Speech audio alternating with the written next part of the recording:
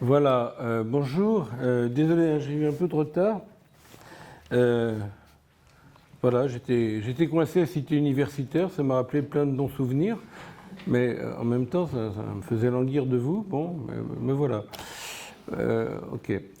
Alors, je vais vous expliquer un petit peu à partir d'où je parle, comme on disait autrefois, un petit peu, enfin, d'où tu parles. Bang. Alors, moi, je parle de place, dont je suis psychanalyste et anthropologue. Et en fait, depuis quelque temps, depuis que est sorti ce bouquin là, qui vient d'être évoqué, je vous en remercie, je vous remercie beaucoup, Les figures de l'autre, hein, qui est quelque chose sur la prise en charge psychothérapeutique des exilés, des migrants. J'ai été convié à travailler aux côtés des réfugiés et des adolescents en errance. Donc, essayer un petit peu de travailler sur ces dimensions dans le fil qui a été exposé, quoi, avec beaucoup de justesse de ton dans la présentation qui fut faite de moi et de mon projet. Voilà. Bon, alors, le premier point peut-être qu'il faut travailler quand on est psy, quand on est anthropologue, mais sans doute de façon plus large, hein, quand même, c'est aussi en tant que citoyen que j'interviens.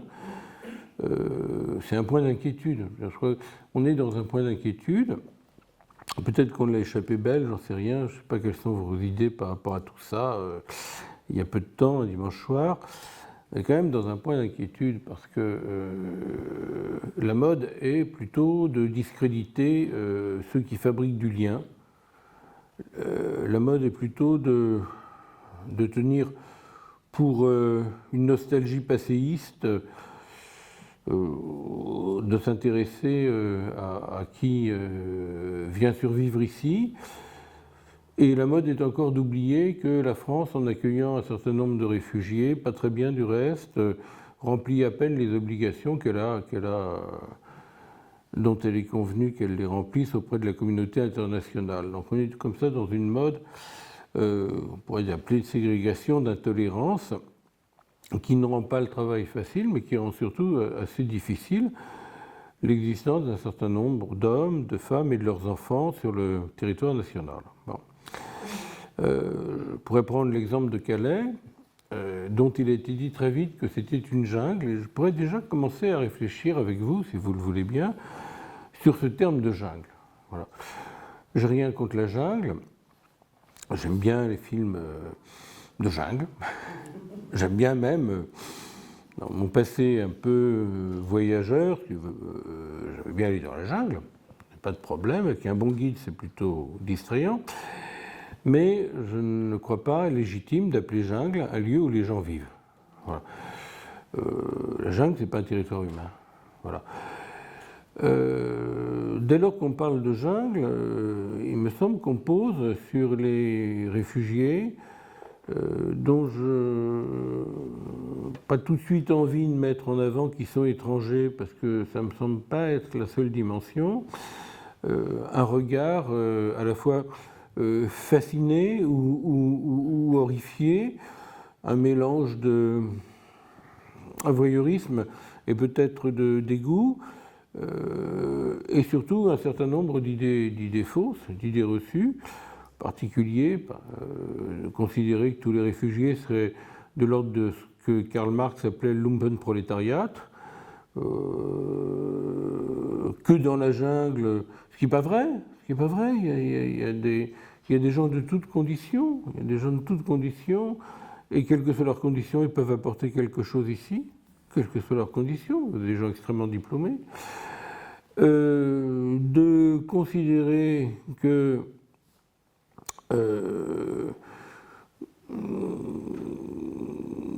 au fond, cette vie à Calais, ce serait une vie un peu régressive, de retour à la sauvagerie, enfin quelque chose comme ça, une forme de cour des miracles.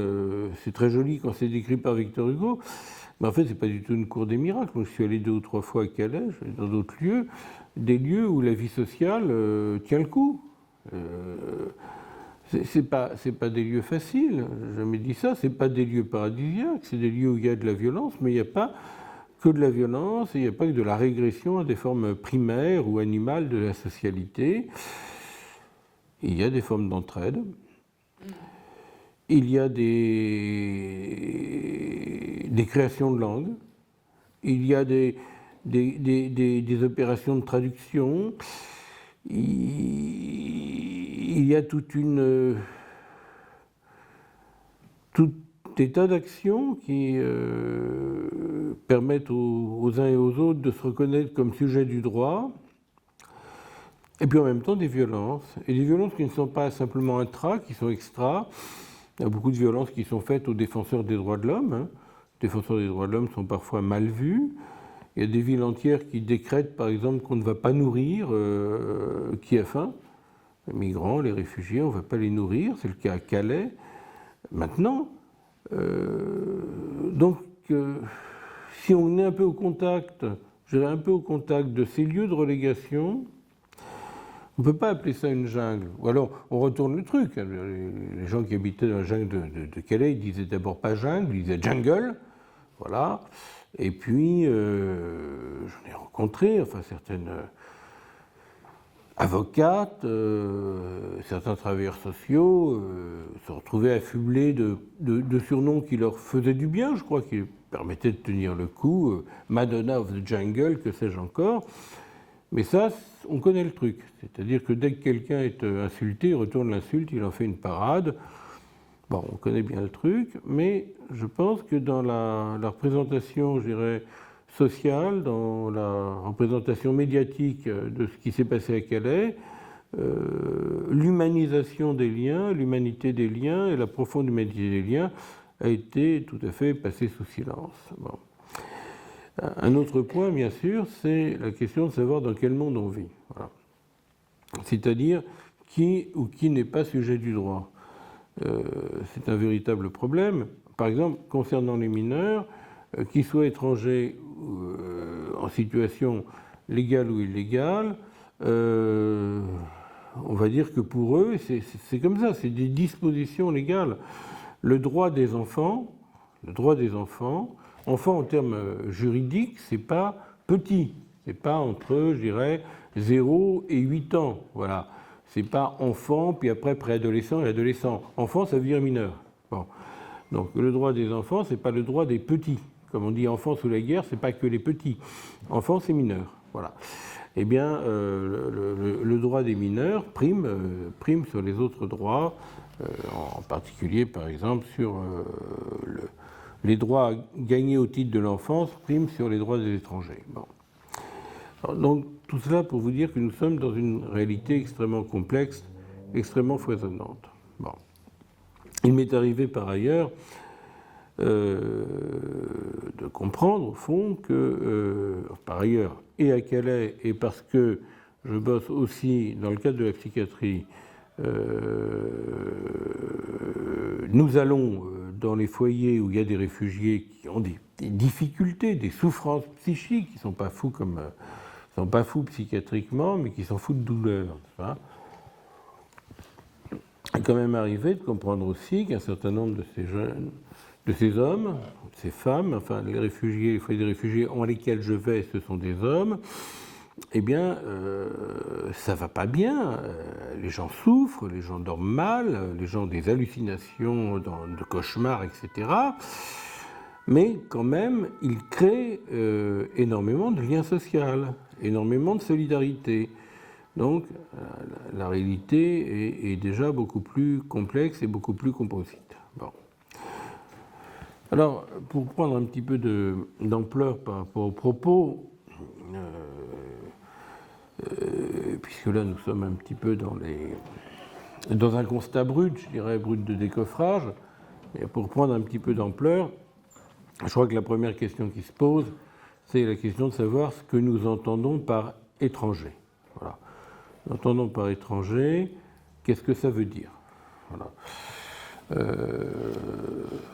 Coluche racontait, c'est une blague profonde, intelligente, que dans le monde il y a de plus en plus d'étrangers. Bon.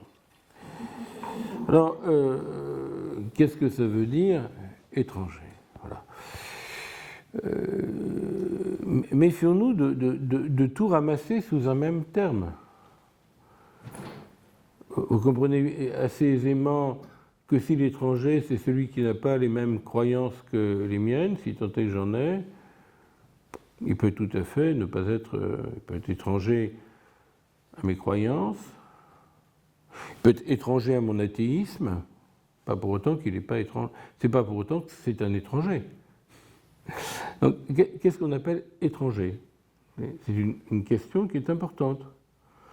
Une question qui est importante. En France, par exemple, vous avez des débats qui reviennent tout le temps, inlassablement, sur ce qu'on appelle les racines chrétiennes de la France. Bon. C'est un terme qui nous en impose. Les racines chrétiennes de la France, qui aurait à cœur de dire que c'est une foutaise, que c'est une billevesée. C'est évident que ce pays a des racines religieuses, mais pas que. Il a aussi des racines anti-religieuses. C'est évident que ce pays, pendant des siècles, n'a pas accueilli beaucoup d'étrangers. Puis il s'est mis à en accueillir à la fin du XIXe siècle. C'est-à-dire que du XIIe au XIXe siècle, il n'y avait pas tant que ça une migration, c'est vrai.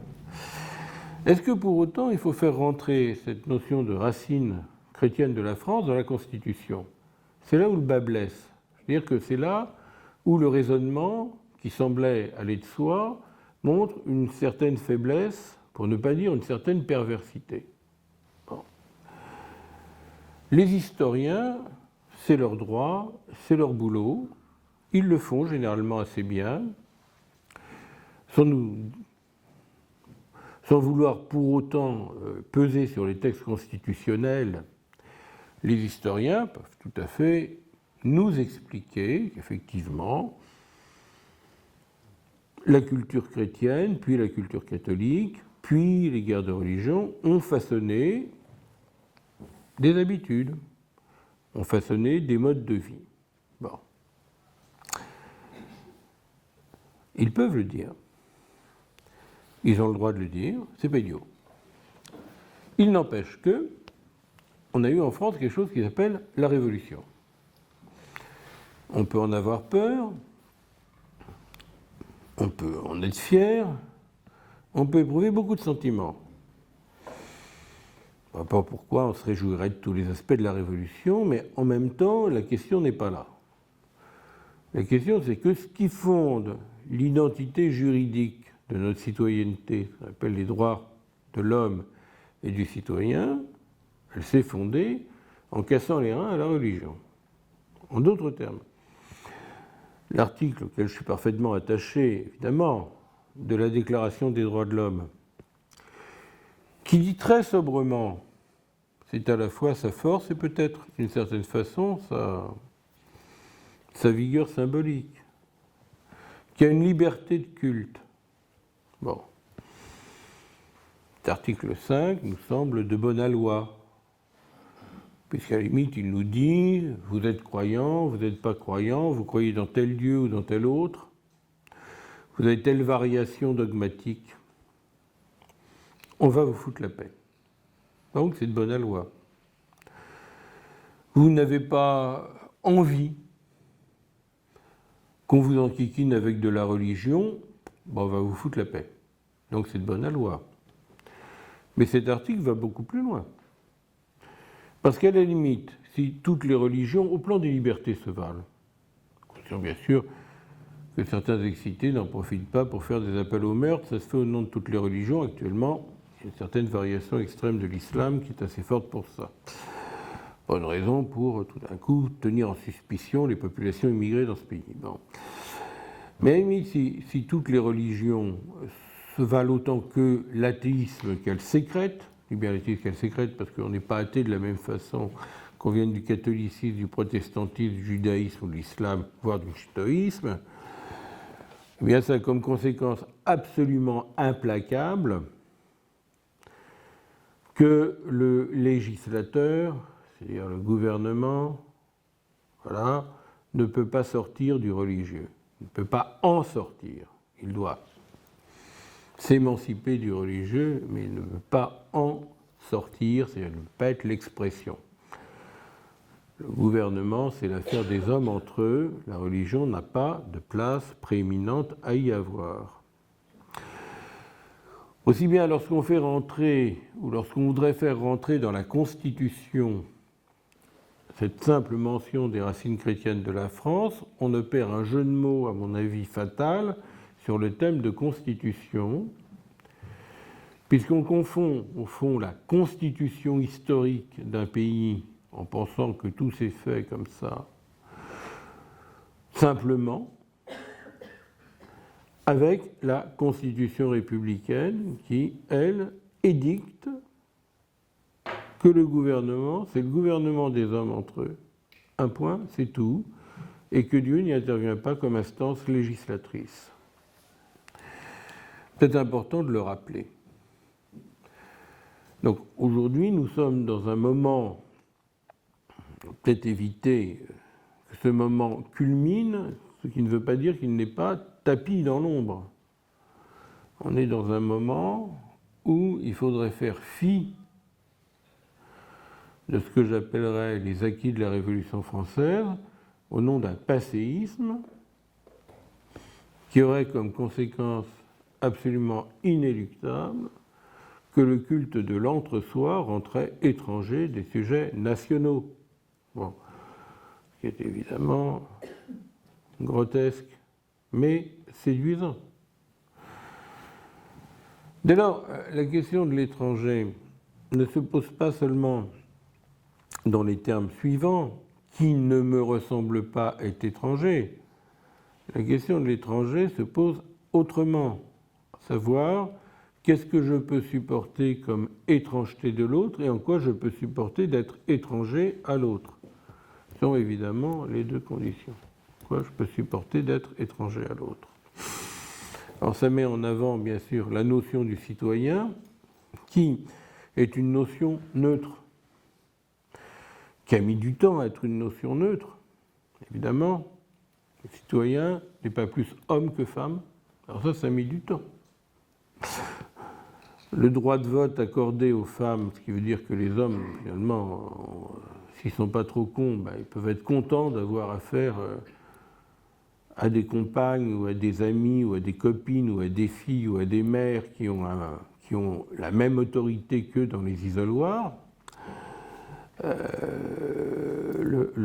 notion de la neutralité du citoyen, ça a mis du temps à s'établir. Le citoyen, il n'est pas plus défini par son sexe que par sa religion, que par sa couleur de peau ou que par ses antécédents. Non.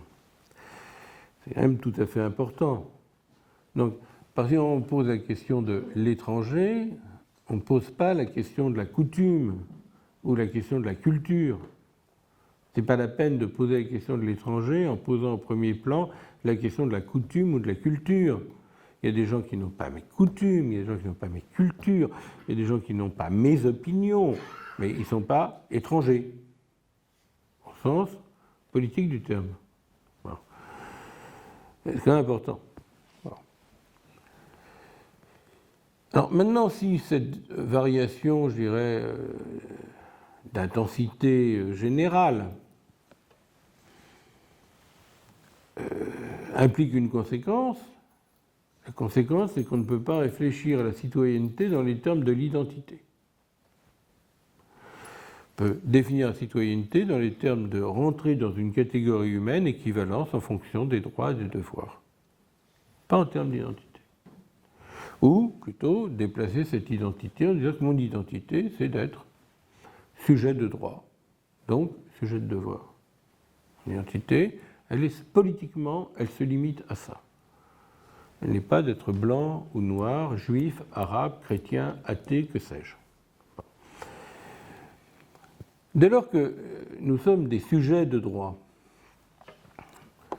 et que nous sommes dans un monde où que nous devrions, et nous luttons pour, enfin certains, dès lors que nous sommes des sujets de droit, nous sommes dans un monde où il serait normal, pour ne pas dire idéal, que nous soyons tous concernés par le fait que l'autre peut être protégé par le droit, donc par la loi. Or, ce qui se passe quand on regarde des endroits comme Calais, pas, qu'on aime appeler, qui est terrible, c'est terrible, la jungle, bien, ce qui se passe, c'est qu'on s'accommode du fait qu'il y ait sur notre territoire un certain nombre d'hommes et de femmes et d'enfants qui ne soient pas sujets de droit. On appelle ça comme ça la jungle. On s'en accommode. C'est-à-dire qu'on reproduit les malfaçons démocratiques d'une société coloniale, une société qui se réclame société de droit, mais qui admet fort bien qu'un certain nombre de sujets ne soient pas pris dans ce tissu du droit. Or, il y a des droits pour des gens qui ne sont pas nationaux, quand même le dire. Il y a des droits. Et que un de nos actes, qu'on pourrait presque dire thérapeutiques, et moi je suis psy, je travaille en psy, en France, c'est travailler avec des grands exclus, avec des migrants de l'intérieur, dans les pays africains, où j'ai mis en place un SAMU social pour les enfants sous la guerre, un à Bamako, l'autre à Pointe-Noire. Un de nos grandes surprises, on va dire, grand motif d'effarement, allais-je dire, allons-y, grand motif d'effarement, c'est que nous rencontrons des hommes, des femmes, des adolescents, des enfants, qui ne savent pas qu'ils peuvent être protégés par la loi. Ils ne le savent pas. Ils ne le savent pas. Bon. D'où la nécessité qu'il y ait des gens qui font valoir ces droits, on appelle des défenseurs des droits, dont le travail a été notablement empêché par un gouvernement socialiste, comme il a été empêché par un gouvernement qui ne l'était pas. Bon. Alors, encore une fois, il me semble que c'est ça une définition politique de l'étranger. L'étranger, c'est celui qui est forclos, c'est-à-dire qui est mis hors jeu du système de droit. Ça ne se définit pas autrement. Bon. Alors, lorsque nous bossons, c'est-à-dire par exemple, nous allons travailler dans un foyer de réfugiés parce qu'on nous dit qu'il y en a un qui pète les plombs, qui va très très mal. Lorsque je me suis rendu à Calais, ou lorsque je mets volontairement en série, ce qui ne veut pas dire en confusion, des situations hétérogènes, je rencontre des enfants qui ont traversé les guerres d'Afrique, eh bien, la première chose qui m'est dite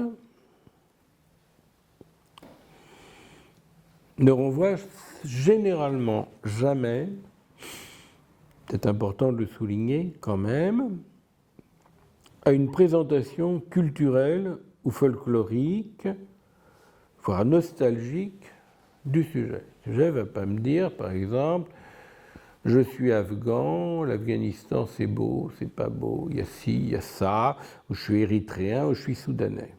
La question n'est pas là. La question c'est de faire remarquer d'abord qu'il est en situation de chercher un abri. Ça, la première chose. Bon, situation de chercher un abri. Certes, c'est le premier point. Alors, après, si je travaille ce point-là, il va de soi que l'abord psy est insuffisant. Et que si je prenais l'abord psy pour un abord suffisant, il se révélerait d'une inefficacité un peu scandaleuse. Bon. Donc, il faut un travail avec des gens qui ont la compétence d'être du côté du droit, en particulier l'Office français de protection des réfugiés apatrides, l'OFPRA. Le problème que je rencontre, et quel que soit par ailleurs le bon vouloir, le talent, la générosité absolument indéniable des gens du COMED ou des gens de l'OFPRA, le problème que je rencontre, c'est comment parler de soi. C'est comment un réfugié peut-il parler de lui. Pourquoi ? Parce que ce réfugié, il a une idée, c'est que pour obtenir un statut, réfugié en demande, en attente, il doit raconter une version crédible des dangers qu'il menace là-bas et des souffrances endurées. C'est une version crédible. Très souvent, cette version crédible, elle est un peu stéréotypée. À savoir que nous avons grosso modo des scénarios conventionnels. Bon. Que d'autre part, ce qui ne nous arrive pas à nous, parce qu'on est tranquille, et tant mieux, hein, oula. Bon. Mais il doit faire la preuve de ce qu'il dit. Parfois, la preuve, elle est cherchée dans le corps. Par exemple, les mineurs, on va, pendant longtemps, pour déceler leur âge, on faisait des tests médicaux en regardant leurs poignets, en regardant l'âge de leur squelette. Je veux dire que depuis quelque temps, ces tests ont été abandonnés au profit d'une recomposition de leur âge par plausibilité, qui parle. Qu'est-ce qui est plausible, qu'est-ce qui ne l'est pas, et c'est nettement moins offensif. En d'autres termes, un réfugié qui veut faire valoir ses droits, pas son caprice, pas ses prérogatives qui lui sortiraient d'un côté de la tête comme ça, mais ses droits reconnus par la communauté internationale. Pas un caprice. Pas un caprice de quelques gauchistes avec quelques réfugiés qui viendraient nous enquiquiner. Il s'agit de droit international. Bon. Il doit donner une version de son existence. Et toutes les versions, entre guillemets, ne se valent pas. Puisqu'il se dit, et ce n'est pas faux, dans tel ou tel foyer de réfugiés, qu'on a plus de chances d'obtenir un statut si, par exemple, on est érythréen, on a plus de chances que si on est soudanais. Plus de chances si on est tchadien que si on est malien, etc., etc. Ce sont des choses qui se disent. Mais ce n'est pas que de la rumeur. Et dans le même temps, un réfugié qui se... un petit peu... sans faire de misérabilisme, évidemment, condamné à donner une version, on va dire, rétrécie de l'existence, et plausible, et généralement réduit à son corps, dans sa vie psychique. Ça ne se passe pas comme ça. Ça ne se passe pas comme ça dans sa vie psychique, puisqu'il est généralement traumatisé. Alors, qu'est-ce que c'est qu'être traumatisé ? C'est pas trouver les mots. C'est pas pouvoir mettre en récit.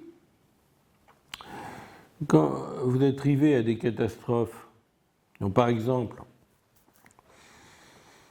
d'avoir vu tous ses copains tués par les talibans dans la partie de l'Afghanistan qui jouxte le Pakistan, d'avoir vu ses parents découpés à la machette, chose que j'ai entendue à quelques reprises en Afrique de l'Ouest et surtout en Afrique des Grands Lacs et surtout au Congo, vous n'avez pas la possibilité de raconter les choses comme si vous étiez en train d'écrire votre journal intime. C'est pas possible. Le témoignage authentique commence par l'hallucination, par le rêve, par le cauchemar la plupart du temps, bref, parce que certains savants, à juste titre, ont appelé la névrose traumatique. Et cet effet d'être rivé à la catastrophe sans encore trouver les mots pour s'en sortir un peu. Cet effet d'être arrivé à la catastrophe a comme conséquence que la parole devient brouillonne. Et que surtout, ça n'a pas d'importance pour le sujet de parler. Plutôt, ça a de l'importance de trouver quelqu'un. Mais ce qu'il dit, il l'oublie tout de suite. Donc nous avons des sujets qui sont complètement amnésiques, un, de ce qu'ils ont vécu, et deux, de ce qu'ils sont en train de vivre, de ce qu'ils sont en train de dire. Il y a une espèce d'existence réduite à une monotonie mécanique, horlogère,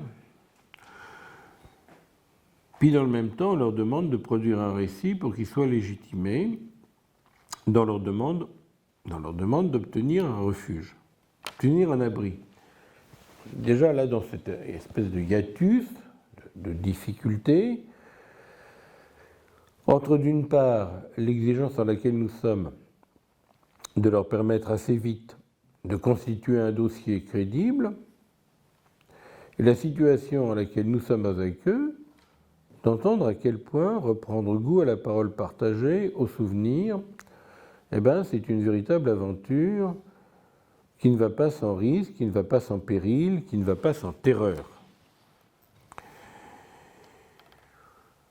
Au point que, du reste, même si j'ai plutôt l'habitude, en tant que psychanalyste, recevant du reste des gens de toute origine culturelle dans mon cabinet parisien, si j'ai plutôt l'habitude de voir les gens au un par un, comme on dit, c'est de nos formules un peu antiques, on les voit un par un, les uns après les autres, tout simplement, il est de première importance de créer dans ces lieux du collectif. C'est de première importance. Raison pour laquelle, j'y reviens brièvement, j'ai toujours été, vous l'avez entendu 1000 fois, je radote là-dessus, mais quand même ça me tient aux tripes, absolument allergique au fait que l'on puisse parler de Calais ou d'autres lieux, certes, comme d'une jungle. Parce que c'est des lieux où se recrée du collectif. Pas du tout des lieux où les gens sont livrés à leur déréliction, à leur abandon à eux-mêmes, à leur régression, etc. Il y a beaucoup de gens qui font des photos de Calais et ils disent « Regardez comme c'est terrible, comme c'est terrible ». Bien sûr que c'est terrible, mais enfin, c'est pas que terrible. Donc la première exigence, c'est de recréer du collectif. Alors, j'entends bien, parce que je l'ai entendu.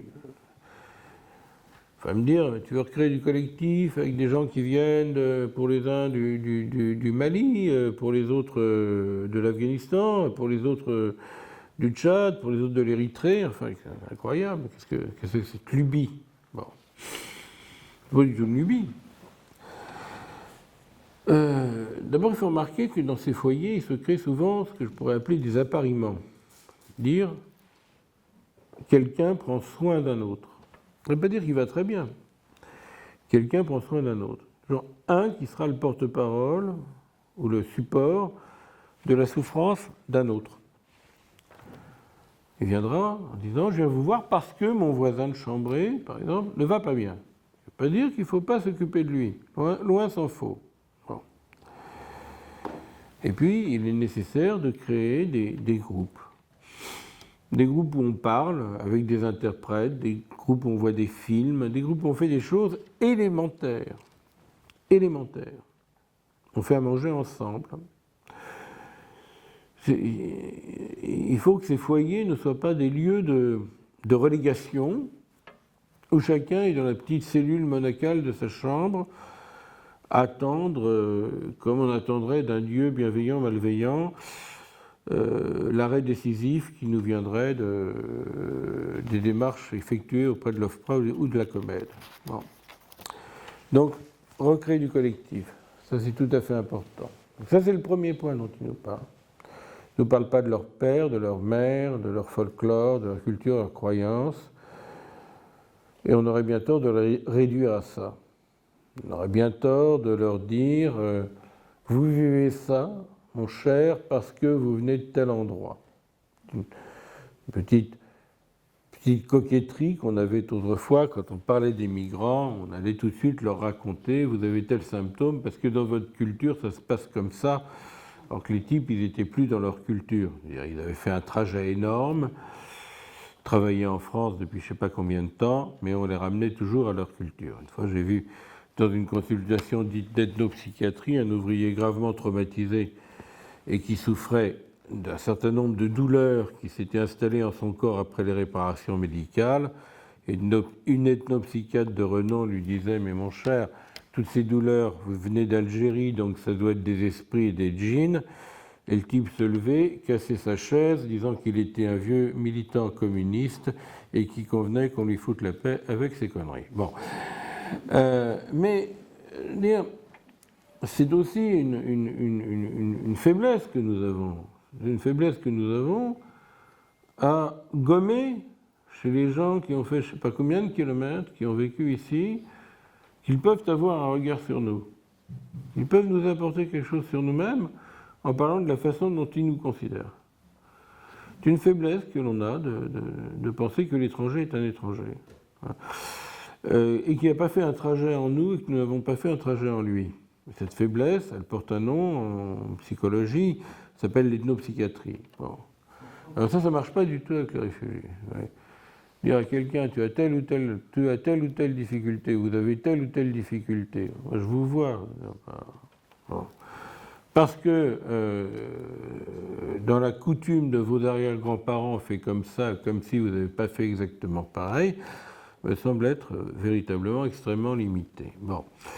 Je crois qu'aujourd'hui, les gens qui font de l'ethnopsychiatrie sont devenus un petit peu plus raisonnables, mais à un moment, c'était vraiment les forcenés du taxidermiste culturaliste. Alors, il ne faut absolument pas fonctionner comme ça. Il faut essayer de voir qu'est-ce qu'il fabrique, comment le sujet fabrique du lien social ici et maintenant. Voilà. Il ne faut pas avoir des représentations complètement bornées en se disant mais comment un Tchadien peut faire du lien social avec un Érythréen. Autrement, je ne vois pas ce qu'on irait faire avec eux. Parce qu'on peut aussi se dire comment un Français, de souche ou de couche, je ne sais pas trop quoi, du reste, réussirait-il à parler avec un Afghan? Donc ça, c'est un peu con-con. Alors, ce qui est très important pour quelqu'un qui est dans situation précaire dans un pays qui n'est pas le sien, ce qui est très très important, c'est qu'il fasse reconnaître une certaine dignité. Voilà. Certaine dignité. C'est le premier truc que les gens veulent faire reconnaître. Ils veulent faire reconnaître leur potentiel de dignité. Ils ont du mal à reconstruire leur histoire. Ils ont du mal.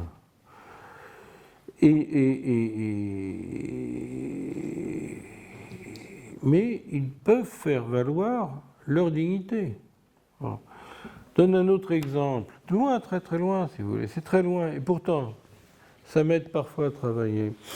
Quand j'étais en Afrique, je travaillais, j'ai mis en place le SAMU social à Bamako il y a des années, hein, c'est en 2003-2004 ça. Aux urgences de l'hôpital Gabriel Touré, il y a un gosse qui est jeté à la porte des urgences. Il est jeté. Il n'y a pas 2-3 personnes pour l'accompagner, disant coucou, il ne va pas bien. Non, type qui est couvert, 14 ans de blessures absolument épouvantables. Il est soigné, on le rabiboche.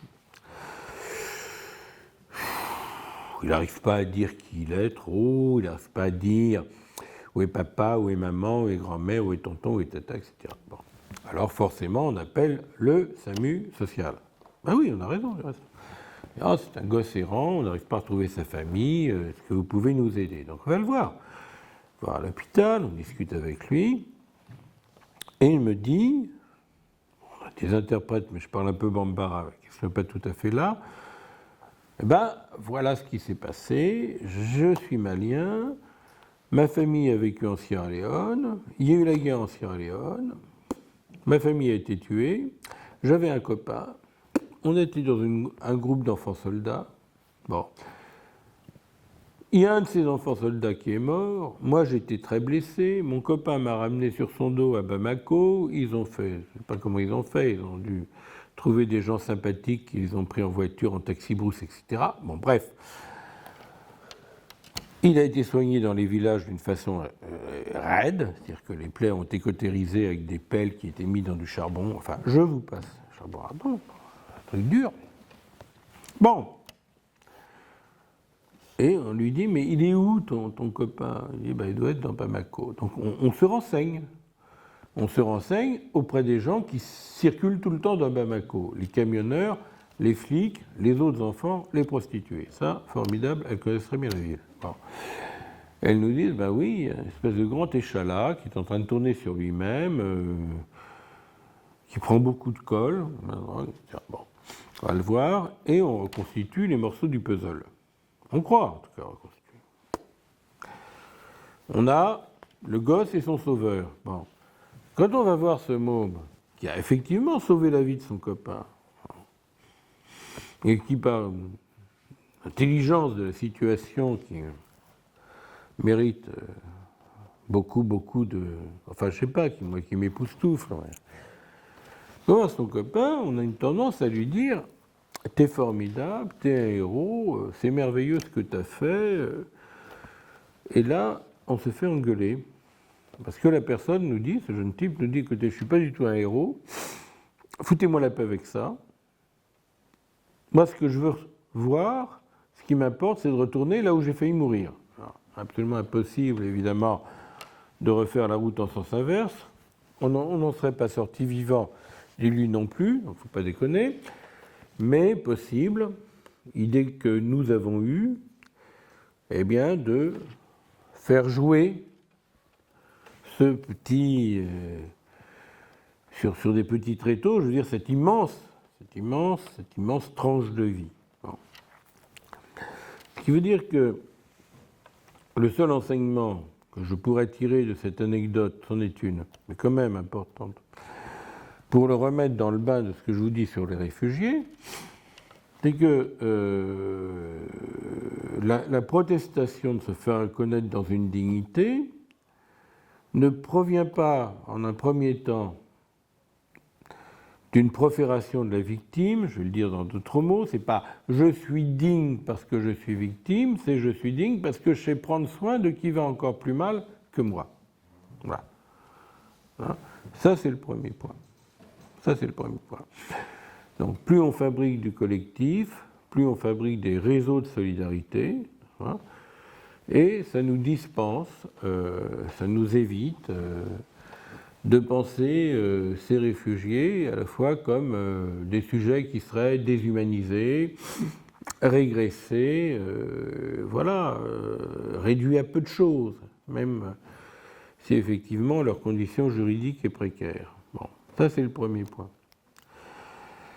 Alors, une fois que quelqu'un a pu faire valoir qu'il avait la dignité de s'occuper de quelqu'un d'autre, après il peut rentrer dans son histoire. Après il peut rentrer dans son histoire parce qu'il a trouvé, pour rentrer dans son histoire, un argument massu. Mais cet argument, nous l'avons tous.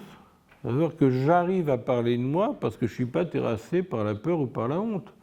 Je ne vois pas en quoi ça, ce serait une position radicalement exotique. J'arrive à parler de moi parce que je ne suis pas terrassé ni par la peur ni par la honte. Ça n'a rien d'exotique. Vous comprenez bien. Bon. Maintenant, dans ce collectif, il va se créer des transferts de langue. Bon. Alors, les transferts de langue, c'est des traductions, pas que des traductions. C'est que si vous avez une vie collective, le CG va retrouver un certain goût à parler sa langue. Je vais déjà vous dire dans un premier temps comment ça se manifeste, ce goût à parler sa langue.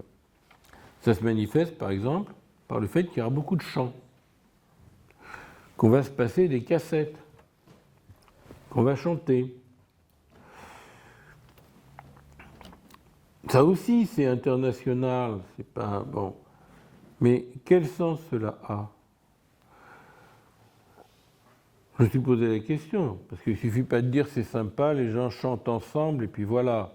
Bon, c'est vrai que c'est sympa, on va pas faire une chorale non plus ce soir. En tout cas, en ce qui me concerne, je ne vous invite pas à demander de rejoindre une chorale. Complètement, oui, vous auriez des mauvaises surprises. Bon. Mais qu'est-ce que ça veut dire ?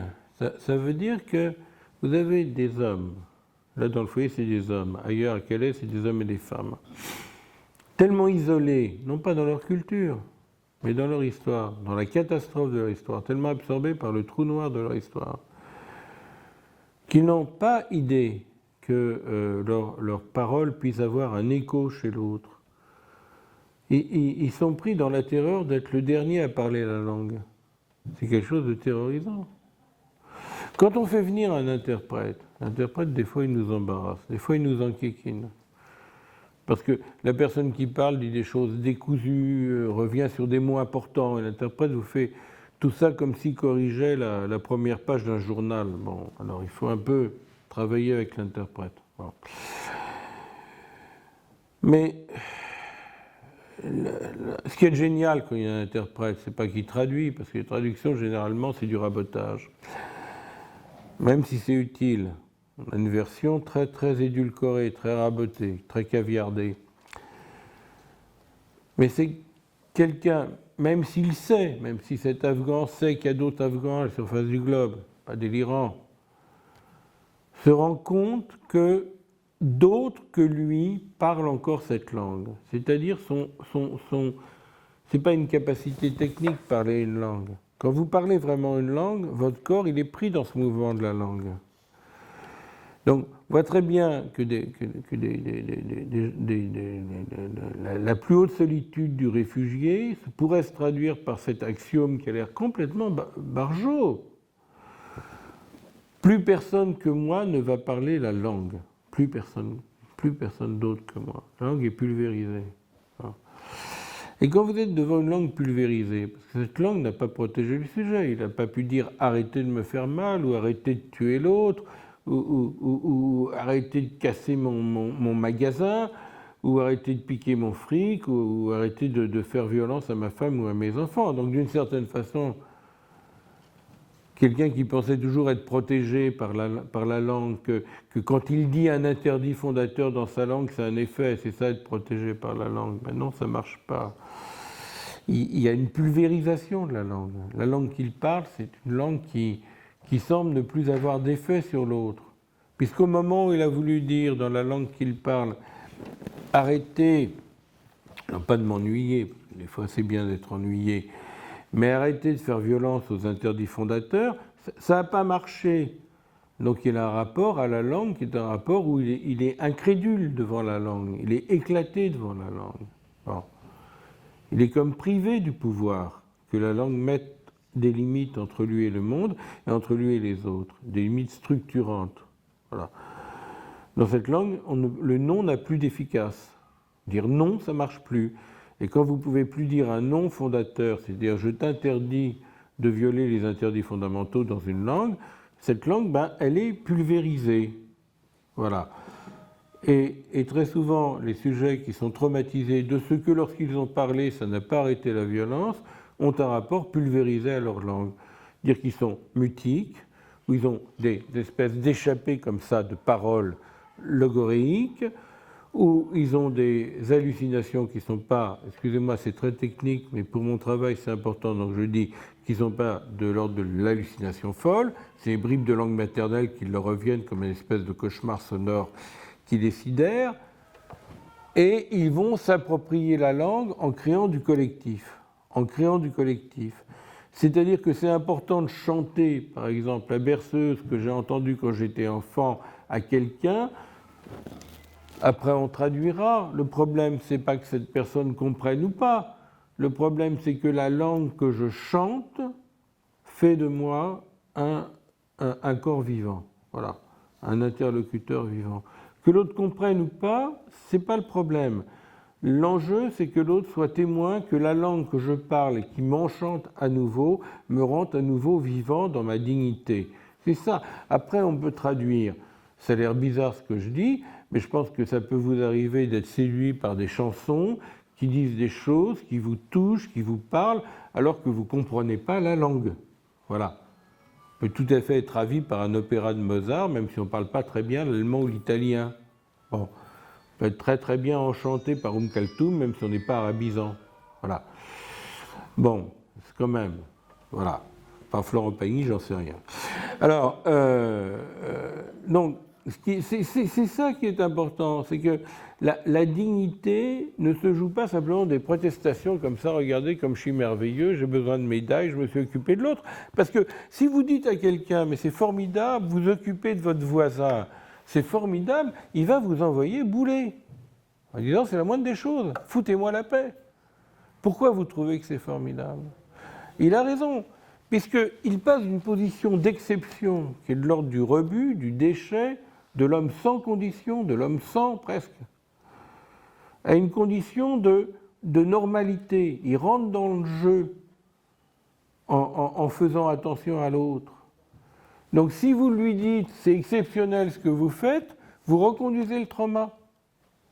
Puisque vous barrez le chemin où il passe d'une exception mortifère à une condition ordinaire qui permet de régénérer le corps et la parole. Donc, si vous lui dites c'est formidable, vous êtes exceptionnel, le type va vous dire non. Comme mon gosse au Mali, ce qui est exceptionnel, c'est que j'ai failli mourir, c'est pas que j'ai aidé l'autre. Voilà. Donc cette clinique de la dignité, c'est pas une clinique de l'exploit, c'est une clinique d'avoir enfin pu retrouver la moindre des choses. C'est quand même pas tout à fait pareil qu'une clinique de l'exploit. Bon. Donc les sujets qui vont retrouver la moindre des choses, qui est de pouvoir s'occuper de l'autre et après refleurir un rapport possible de joie, de plaisir, de rechanter la langue. Et là, généralement, les troubles du sommeil s'arrêtent. C'est-à-dire que vous arrivez avec votre plaquette de Valium, on vous dit on n'a pas besoin. Voilà, on n'a pas besoin. Un type, par exemple, va sortir une cassette, dire, écoutez, c'est ce que j'ai chanté hier. Fait écouter ça. Je dis, comment ça va? Voilà. Pendant un quart d'heure. Je dis, vous avez peut-être plus besoin de Valium? Non, j'ai plus besoin. Ben voilà. Bon. Donc, si vous voulez, ce qui se remet comme ça en chantier avec la clinique des réfugiés, c'est un rapport de confiance à la parole. Alors, nous, on est pris par deux contradictions. Voilà. La première contradiction à laquelle nous sommes pris, et les contradictions, il faut en faire un usage. Hein. C'est pas mal d'avoir des contradictions. C'est pas une malédiction d'avoir des contradictions. Il faut en faire un usage. Mais la première des contradictions à laquelle nous sommes pris, c'est que nous avons besoin d'un savoir. On a besoin d'un savoir psy. On a besoin d'un savoir technique. Est-ce que ces rêves, ces cauchemars ont quelque chose à voir, je dirais, avec un déferlement psychotique, parce qu'il y a aussi des sujets psychotiques, mais enfin, moi, je n'en ai pas rencontré un seul dans ce centre de réfugiés. Bon, voilà. Donc, je vais vous épargner ce qui serait de l'ordre du diagnostic différentiel dans toute sa logique, son armature, parce que je crois vraiment que je ne suis pas là pour ça, mais on a besoin d'un savoir. Bon. Seulement, ce savoir technique, qui n'est absolument pas à péjorer, autrement on fait l'éloge de la spontanéité, tout est beau comme ça, avec ma spontanéité, spontanéité c'est le lieu aussi où travaille à mort l'idéologie non repérée. Bon. Mais, je dis bien mort, des fois, on est très très spontané dans les mouvements mortifères. Bon, mais d'un autre côté, les histoires que nous racontent les réfugiés, nous envoie un savoir qui n'est pas un savoir technique. Franchement, moi je suis universitaire, j'ai fait plein d'années d'études, j'ai heureusement un peu oublié ce que j'avais appris parce que c'est les patients qui m'ont appris beaucoup de choses. Mais enfin, bon, peut-être que je n'aurais pas fait d'études, je n'aurais pas pu non plus apprendre des patients. Passons sur cette petite remarque biographique d'intérêt mineur. Bon. Mais ce qui est quand même tout à fait important, c'est que ces hommes, ces femmes et ces mômes, ils nous disent que ce qu'on croit acquis, après tout, vivre en paix avec ses semblables, vivre un petit peu peinard, être à l'abri de la méchanceté du prochain, avoir une maison qui ne sera pas nécessairement détruite par l'adversité ou par la guerre, tout ça qu'on croyait acquis, ça peut être très très fragile. C'est-à-dire qui nous renvoie aussi à ce qu'il y a de fragile, notre sécurité. C'est nécessairement fragile la sécurité, ça ne veut pas dire qu'il est normal de se faire taper sur la gueule, c'est pas ça que je veux dire. Mais on voit ce qu'il y a de fragile, notre identité et notre sécurité. C'est-à-dire qu'il nous raconte des choses qui vont chercher en nous des choses qui sont un peu cassées, peut-être qui sont un peu détruites, qui sont un peu menacées, peut-être qu'on ne peut pas entendre les réfugiés si on n'est pas...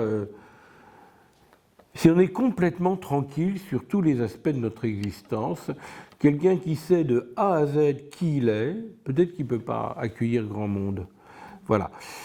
Donc, il nous renvoie aussi à quelque chose en nous, d'un savoir que j'appellerais pompeusement le savoir inconscient, qui n'est pas le savoir technique. Et si on n'accueille pas les répercussions qu'ont sur nous, sur notre fabrication de notre condition humaine, pas simplement de fabrication de notre identité professionnelle ou culturelle, ça fait partie de l'identité culturelle, la profession aussi, après tout. Toujours tellement plus facile de parler de l'identité culturelle de celui qui est de l'autre côté de la frontière. À l'autre côté de la frontière, on sait son identité culturelle. Maintenant, définir la nôtre, faut mieux pas du reste parce que c'est dangereux. Mais voilà, on fonctionne avec deux savoirs qui sont sur des registres complètement différents. On fonctionne avec un savoir, je dirais, technique dont on a besoin, que je ne veux pas péjorer, mais on fonctionne aussi avec le retentissement des souffrances et des inconditions fondamentales de ces sujets dans le corps et dans le langage, eh bien ça a un retentissement sur nous-mêmes. Ça, c'est la première de nos contradictions.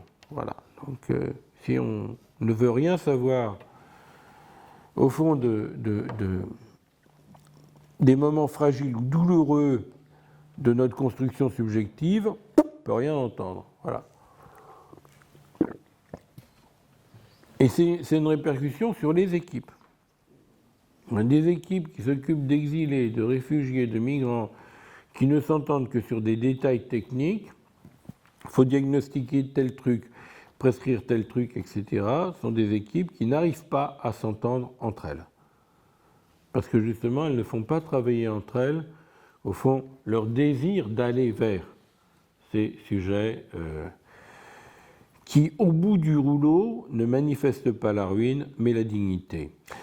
L'autre contradiction dans laquelle nous sommes, c'est la suivante, c'est qu'effectivement, nous avons un travail, c'est notre boulot, hein, on sait le faire, enfin, on sait le faire, on a... Oui, on sait faire certaines choses, qui est de permettre à un sujet de réhabiter son corps et sa parole, et dans le même temps, ce sujet doit donner une définition un petit peu comme ça, signalétique de lui-même, pour pouvoir passer comme ça les épreuves vis-à-vis de l'OFPRA, vis-à-vis de la COMED, enfin, pour recevoir un petit peu le permis d'être ici. Voilà. Je dirais, je ne sais pas combien de temps, je vais encore parler 10 minutes, que tout cela se cristallise évidemment avec les mineurs, ce qu'on appelle les mineurs, n'est-ce pas, isolés étrangers. N'est-ce pas ? Alors peut-être qu'il faut que je définisse d'abord ce que c'est. Un mineur isolé étranger, que je définisse avant de dire, pardon, où je les ai rencontrés en travaillant sur des centres d'accueil d'adolescents errants qui ont été mis en place généralement dans le sillage du SAMU social de Paris. Et maintenant, je décris un peu plus les réalités de terrain. Là, c'était les conditions du terrain. Un mineur isolé étranger, donc, est un jeune de moins de 18 ans qui n'a pas la nationalité française et se trouve séparé de ses égaux et de ses ascendants sur le sol français. Bon.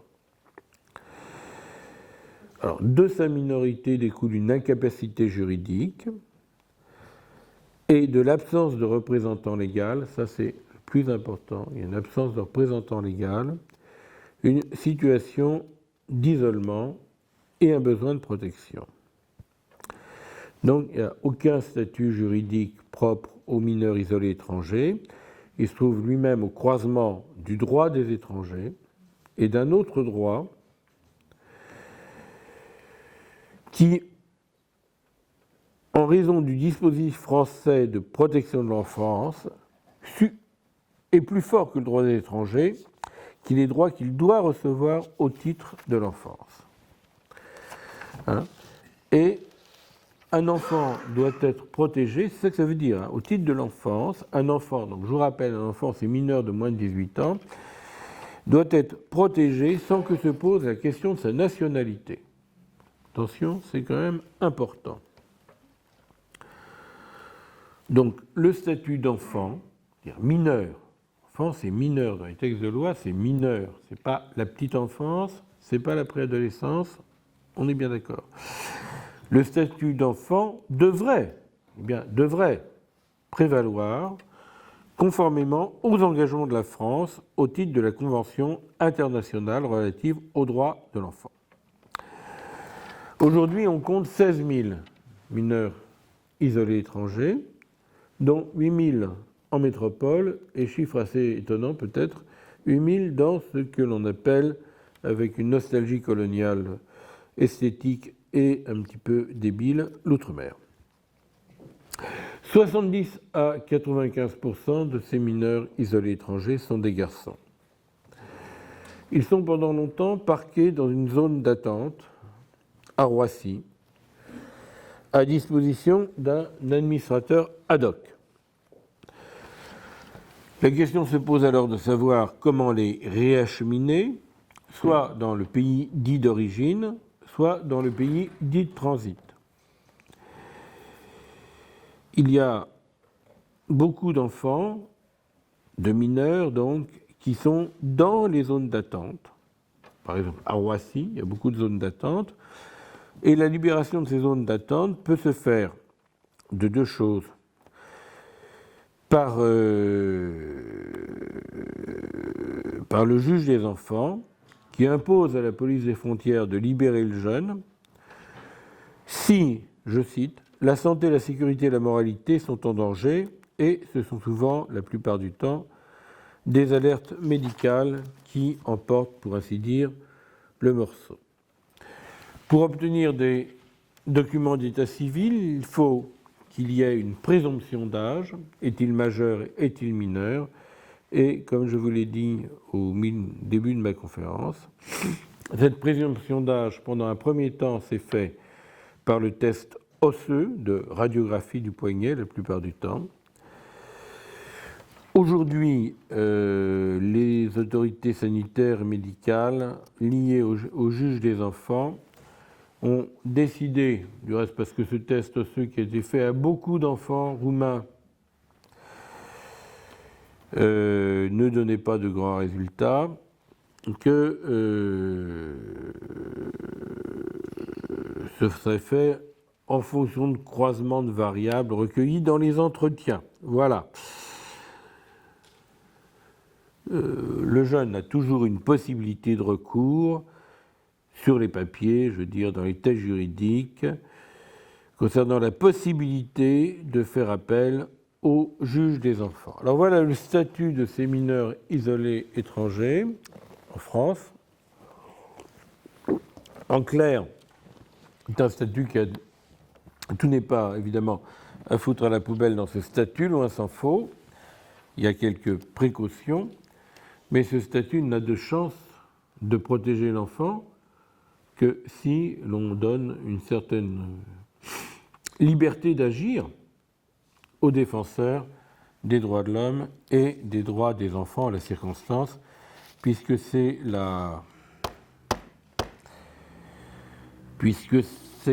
le fait, l'engagement de la France au titre de la Convention internationale relative aux droits des enfants qui protège ces sujets en la mesure où ils ont droit à une protection, quelle que soit leur nationalité ou le statut ou pas de légitime, de réfugié ou de clandestin des parents. Bon, voilà quelques précisions qui ne m'empêchent quand même pas d'apporter 2-3 bémols. Alors, premier bémol, c'est que la rétention d'un certain nombre de mineurs dans des zones d'attente à Roissy, en attendant la désignation d'un administrateur ad hoc, crée un certain nombre de jeunes qui sont dans une incertitude totale quant à leur légitimité, non seulement d'être dans tel ou tel pays, mais dans leur légitimité d'être au monde. À savoir que plus est dur, ce temps de transit en zone d'attente, plus vous créez des sujets qui ne sont précisément pas en attente. Ils ne sont pas en attente. C'est la zone qui est une zone d'attente. mais le sujet est dans une zone qui n'est plus d'attente, qui est dans une zone de la déperdition de la capacité d'attendre quoi que ce soit, de qui que ce soit. Et au fond, ce sont des sujets qui vont être un peu comme des somnambules dans leur existence, parce que une fois qu'ils sont relâchés, très certainement, c'est très bien de les relâcher, c'est très très bien. Bon, pour des raisons sanitaires, ils sont suivis un moment par la médecine. Pour des raisons de sécurité, là c'est un petit peu vaseux, parce que dans les zones d'attente, ils sont quand même plus en sécurité que dans la rue. Pour des raisons de moralité, là aussi, c'est un peu nébuleux. Mais en tout cas, ces sujets, on fabrique des apatrides. On fabrique des apatrides essentiels, c'est-à-dire des sujets qui sont complètement en errance et qui ne quittent pas ce lieu de la zone de transit comme s'ils quittaient un endroit, mais qui quittent un endroit, la zone de transit ou d'attente, qui devient progressivement un non-lieu. Donc actuellement, en dépit des aspects, je dirais, relativement conséquents, mais qui supposeraient, pour être efficaces, des liens de travail très forts entre les défenseurs des droits, la médecine, le juge des enfants et la police des frontières, ces liens ne sont pas si étroits que cela. Je dirais qu'actuellement, en dépit de certains bons aspects sur le papier du statut, dans l'absence tout à fait, du reste, presque voulu, je dirais, ou qui n'alarme pas grand monde, de ces solidarités entre l'éducatif, le sanitaire, le juridique et la police des frontières, les mineurs isolés étrangers eh bien, deviennent la plupart du temps des sujets en errance, à la recherche d'un lieu hypothétique. Et là, pour le moment, je crains, je dirais, je termine sur une crainte, que nous ne fabriquions pas une génération de gosses, une génération perdue, qui fera une succession d'expérimentations de trajets, d'expérimentation du corps, pour se sentir vivant, pour sentir encore que quelque chose en eux résonne, mais qui désespéreront peut-être de toute situation d'accueil si on ne fait pas attention davantage à cela. Voilà, je vous remercie.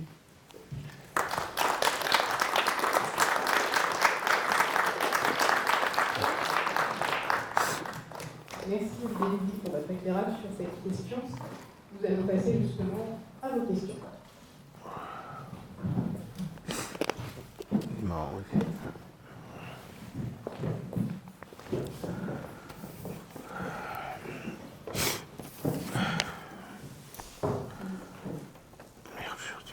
Bonsoir. Il y a un organisme dont vous n'avez pas du tout cité le nom, qui est quand même l'aide sociale à l'enfance. Oui, c'est vrai. Qui aujourd'hui pose quand même beaucoup de questions. Bon, moi, je suis moi-même militante de la CIMAD, donc on fait beaucoup de permanences et on reçoit beaucoup, entre autres, de mineurs isolés.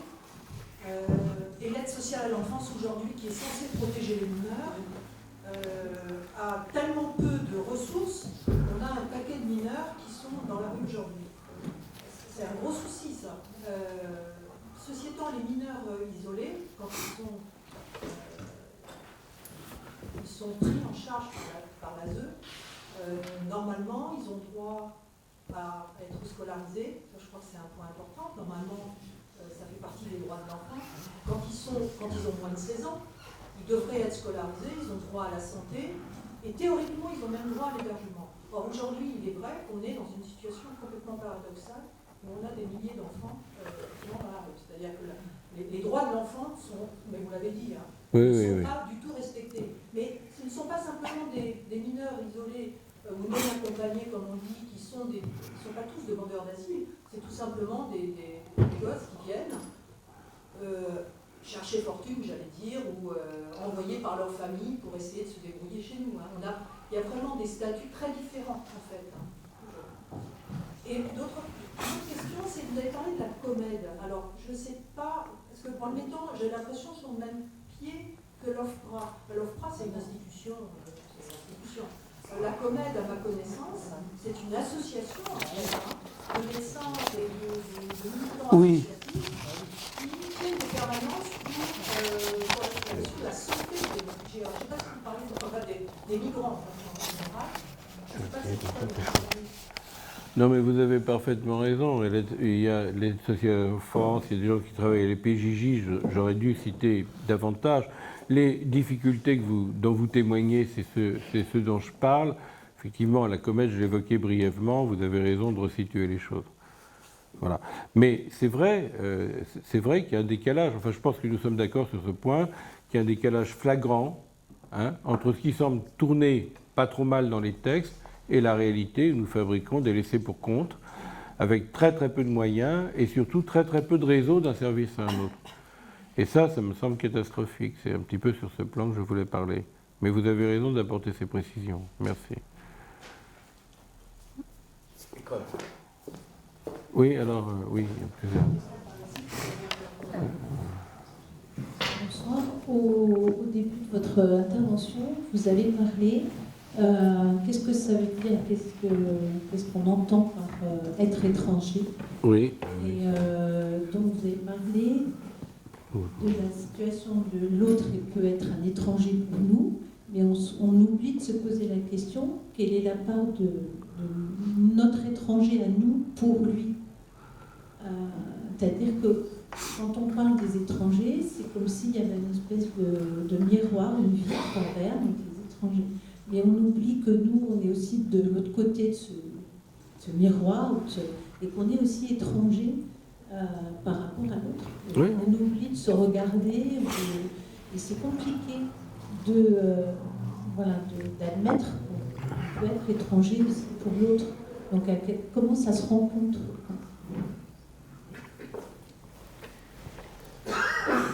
Oui, c'est-à-dire que, voilà, bon, bien sûr, on oublie toujours qu'on peut être étranger à nous-mêmes, etc. Bon. Et vous avez raison, et on oublie toujours, qu'on est des sujets divisés, qu'on a une certaine opacité dans notre rapport à nous-mêmes.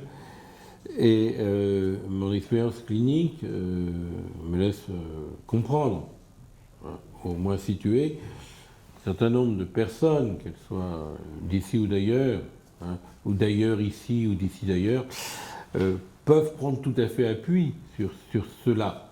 C'est-à-dire que ce qui peut être moteur, je reviens là, une dimension particulière dans mon intervention, mais à laquelle je tiens beaucoup, ce qui peut être moteur à un moment dans une prise en charge psychothérapeutique, c'est que la personne avec qui a une demande de soins, qui a une demande d'accompagnement, ouvre en nous un accès à ce que je pourrais appeler des zones étrangères ou des zones, pas très, Alors, étrangères à double titre, soit parce qu'on les a oubliées, soit parce qu'on pense qu'elles sont totalement impartageables. Je donne très brièvement un exemple. J'ai fait mon stage de psychologue clinicien. Je commençais mon stage à Fernand Vidal, service toxico. Bon, c'était abominable parce que on en était au début des produits de remplacement, les gens mouraient. Alors, on m'a gentiment conseillé d'aller à l'étranger faire un stage. Bon, et pour moi, l'étranger, c'était l'Afrique, pour des raisons du reste pas si évidentes que ça encore pour moi. Bon, donc je vais en Afrique, à Dakar, et on me confie. Professeur Colomb, appelons les gens par leur nom, et on me confie comme première patiente, je vais avoir 22 ans, une jeune femme de 19 ans qui, à la naissance de son premier gosse, se met à délirer. Et cet enfant, c'est pas le mien, mon enfant devrait être mort, c'est un autre, etc. Mon enfant est mort, je vais le chercher dans la cité des morts, donc la rattrape, etc. Racontant une histoire familiale complètement tarabiscotée. Bon. Comme toutes les histoires familiales. Et je dois dire que j'ai été beaucoup plus au clair avec ce qui était boiteux dans mon histoire généalogique en écoutant cette femme. Parce qu'il y avait des points de concordance extrêmes entre, je pourrais appeler les vacheries, les trucs qui collent pas, de la transmission symbolique dans sa famille et dans la mienne. C'était pas pareil, mais ça faisait des points de résonance. Ce qui ne veut pas dire que je me suis senti d'un seul coup Wolof. hein, ou qu'elle a été une gamine de la banlieue du 9-3, ce qui est, enfin mon adolescence était dans le 9-3. Donc, dans l'optique extrêmement précise, limitée parce que précise, pas limitée parce qu'anecdotique, d'un travail psychothérapeutique, on ne peut pas fonctionner en se pensant uniquement dans la maîtrise technique. Ça, c'est très très important. Voilà.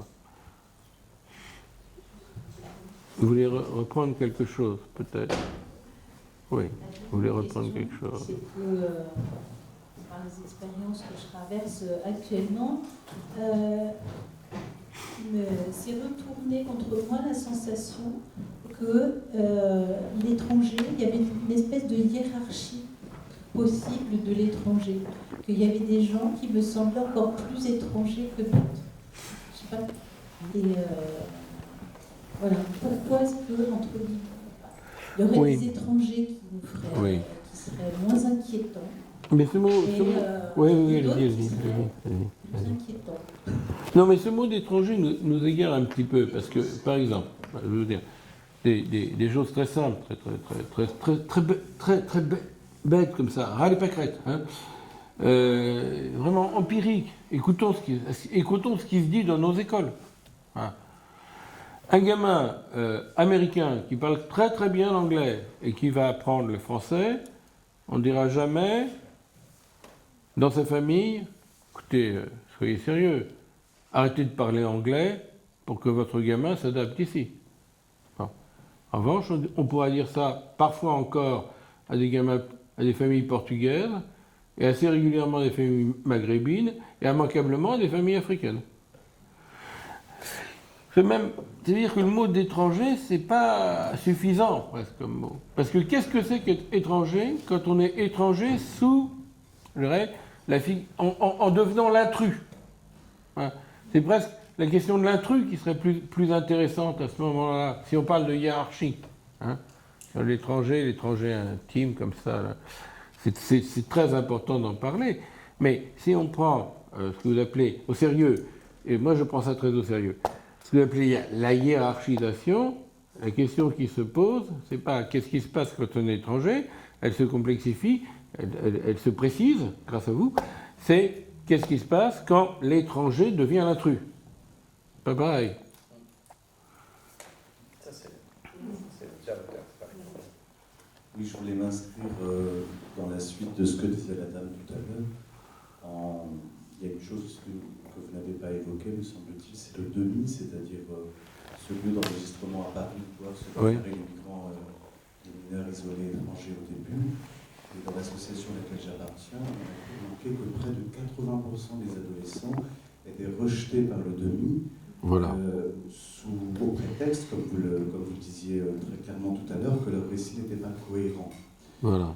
Du coup, je me demandais quelle serait votre part d'action possible à vous et à nous, les associations, pour agir sur ces bureaux d'enregistrement de première parole, pour leur faire comprendre que la véracité du récit peut beaucoup plus se retrouver dans l'observation traumatique que dans la capacité narrative.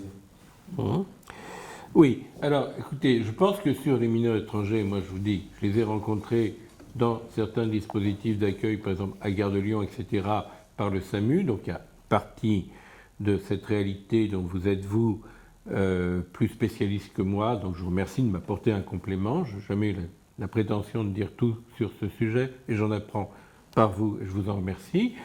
Maintenant, la question que vous posez, c'est une question qui ne me lâche pas. Vraiment, question qui ne me lâche pas, qui est la question du... reprenons vos termes, ils sont parfaits.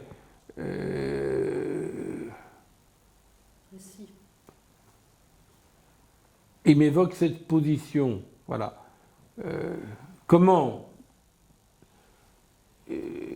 c'est très dur de parler de soi, comme si ça tenait comme ça dans un fil narratif A, puis B, puis C, puis D, etc. C'est très très dur. On parle toujours de soi dans des brisures, dans des ambiguïtés, dans des équivoques, dans des oublis, dans des machins, on ne sait pas trop si c'est du rêve ou de la réalité, dans des constructions, enfin tout ça, on le sait. Bon. Et on demande un certain nombre de sujets qui n'ont pas de point de départ, pour dire je, pas tellement de point de départ, de se raconter comme s'ils pouvaient faire une rédaction en bon français, quoi. Alors, moi, j'entends ce que disent mes amis, mes collègues, les gens qui font le travail que vous faites, qui auraient comme ça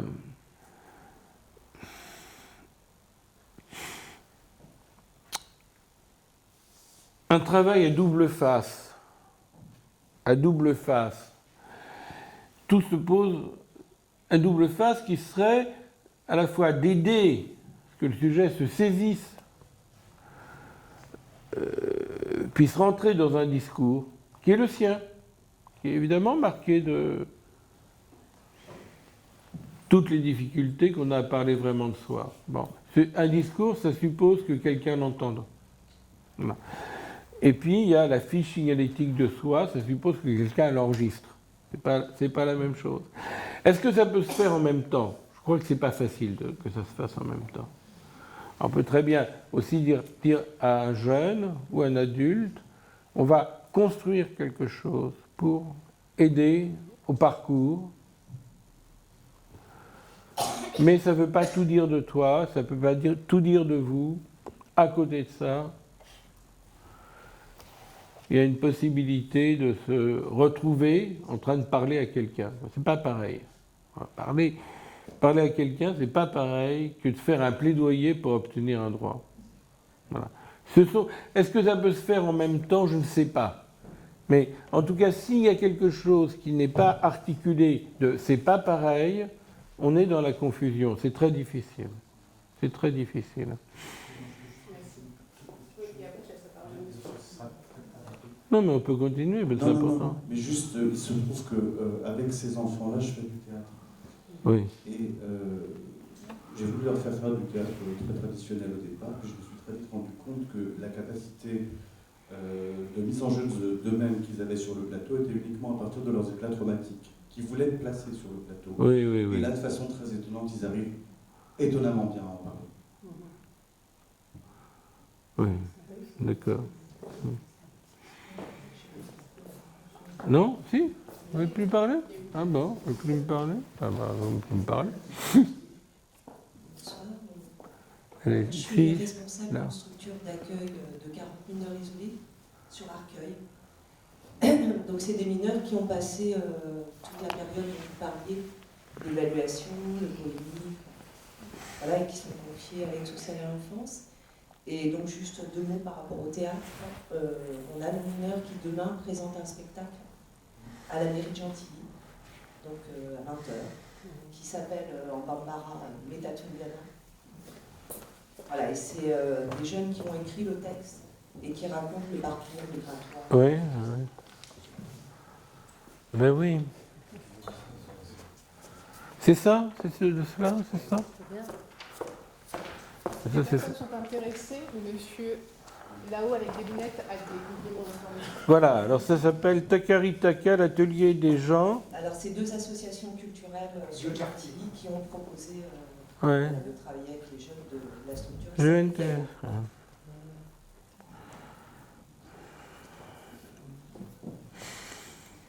Ah oui.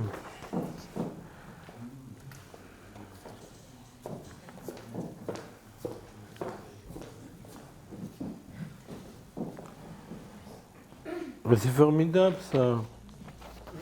Vous êtes au courant? Tout le monde est au courant? Ah ben écoutez, alors, Takari Taka, l'atelier des gens et Takari Taka présente Meta Tungana, je pars à l'aventure, le 16 mai. Le 16 mai de cette année, évidemment, à 20h dans la salle des fêtes de la mairie de Gentilly. Texte écrit et joué par des résidents de Gaïa 94 et Tremplin, établissement de groupe SOS Jeunesse, et les textes ont été écrits et joués, sont écrits et seront joués par Abdoulaye Aboubakar Siddiq, Adama Alpha, Dama Kali, Michael Moussa, Oumar, Samir, Sekou, Suleiman, avec la participation des élèves de l'atelier des gens, Julie, Lille, Yonan et la participation de Thomas. Et l'accompagnement musical sera fait par des professeurs élèves des conservatoires d'Arcueil et Gentilly. Ben, je vous assure que ça fait du bien de lire ça. Voilà. Bravo. Je m'applaudis. Je me posais une question à votre connaissance sur la relation avec la scolarisation de ces jeunes, puisque au fond c'est un peu leur seul espoir. Oui. Pour ceux qui souhaitent rester.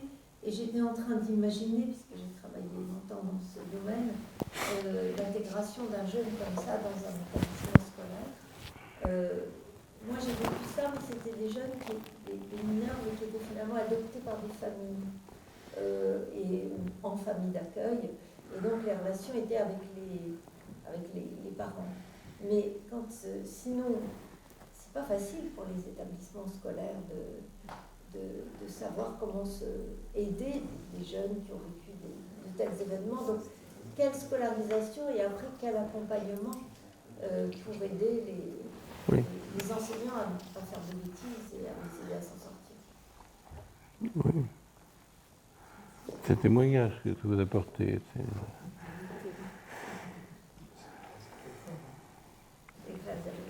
Moi, je ne sais pas ce qui se passe dans la scolarisation. Enfin, ce que j'entends, c'est qu'il y a des réactions d'acceptation, c'est formidable, puis d'autres qui pourraient avoir la crainte que s'exprimer en maître dans la langue du pays d'accueil, c'est se placer du côté de ceux qui auraient exclu quelque chose de leur famille, et qui, à mon avis, il faut la scolarisation, c'est confier à des gens qui savent éduquer, qui savent enseigner, qui savent apprendre. Ça, moi, je ne sais pas le faire. Peut-être je pourrais le faire, c'est pas mon truc. Mais il y a en contre-champ de cette scolarisation, évidemment, apprendre. C'est des moyens de lutte aussi qu'apporte l'école. Mais en contre-champ, il y a parfois cette crainte de la trahison. Je ne sais pas si vous l'avez rencontré. Moi, j'ai rencontré chez des gosses que j'ai eu en consultation, qui me sont envoyés. Voilà. J'essaye de dépatouiller cette affaire parce que il a des difficultés scolaires. Et c'est étrange, les difficultés scolaires, mais quand il parle très très bien. Enfin, je veux dire, non seulement il parle avec aisance, mais il parle pas le français comme une langue morte. Voilà. Il y a des gosses qui parlent le français comme une langue morte. Généralement, ça va jusqu'en CE2, CM1, CM2, ça se casse la gueule. Voilà. Mais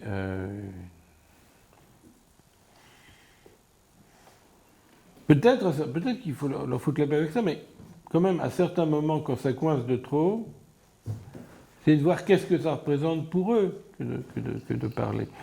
Bon, parce qu'on a aussi, il y a aussi des choses un peu gentilles, mais c'est un peu des sornettes, par exemple, les enfants dans les foyers, dans les familles, foyers au sens de famille, je ne sais pas la Sonacotra, de migrants, n'est-ce pas, qui aident les parents à remplir les documents administratifs. Alors, beaucoup de gens qui sont affolés, mais les psys s'affolent beaucoup, et qui disent, ah ben voilà, c'est les parents de leurs parents. Mais non, c'est pas du tout les parents de leurs parents, je veux dire, les interdits parentaux, tout ça, ça passe très très bien.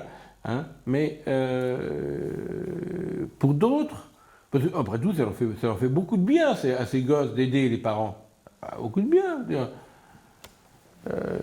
Si les parents sont inquiets ou si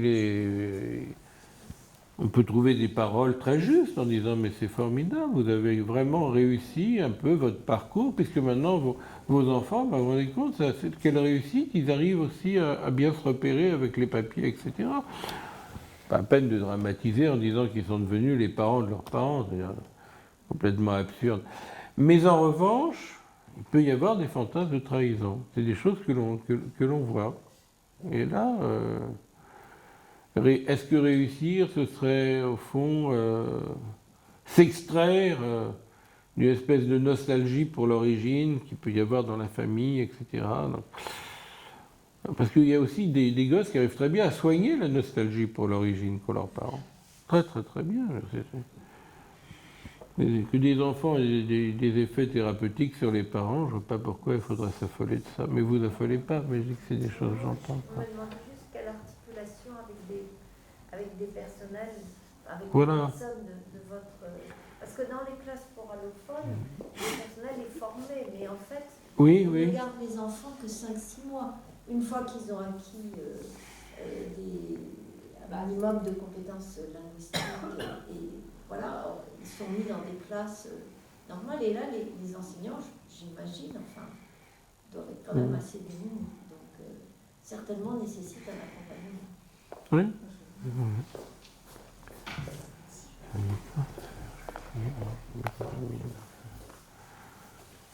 J'ai fait une petite étude sur les mineurs isolés qui sont pris en charge par l'ASE, parce qu'il y en a quand même aussi qui sont pris en charge par l'ASE, qui sont scolarisés.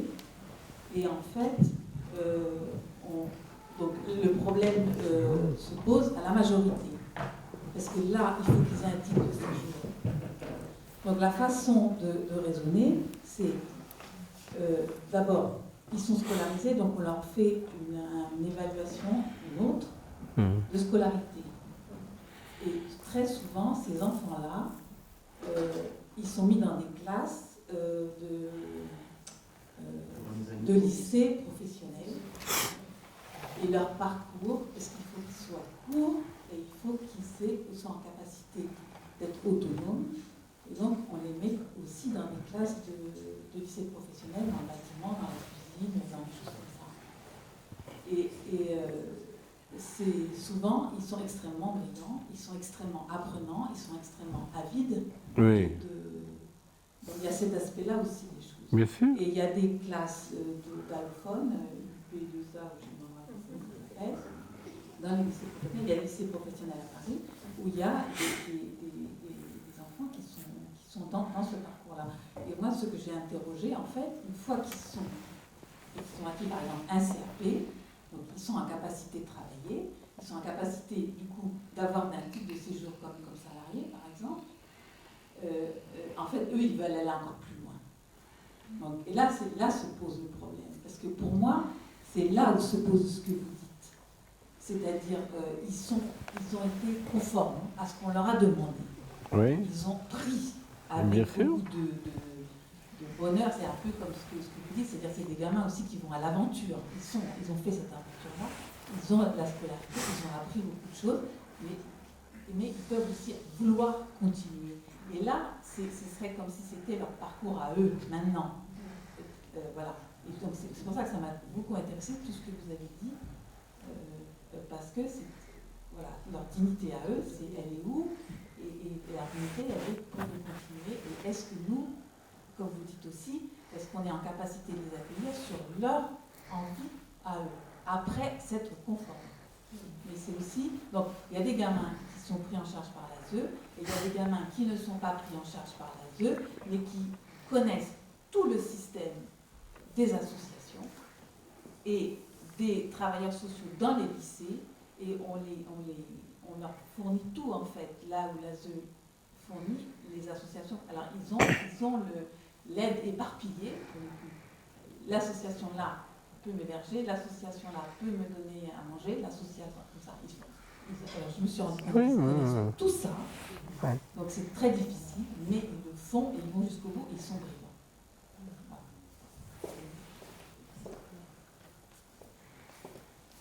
Oui. Ben oui, ils se repèrent bien. Ils ne sont pas tous perdus. il n'y a pas que des belles histoires. Quand même. Ben, voilà, il y a de tout. Hein. Il y a de tout. Ouais. S'il n'y a pas d'autres interventions, on peut peut-être finir sur cette note positive. En tous les cas, je vous remercie pour ces débats riches que l'exposé d'Olivier Louville a permis.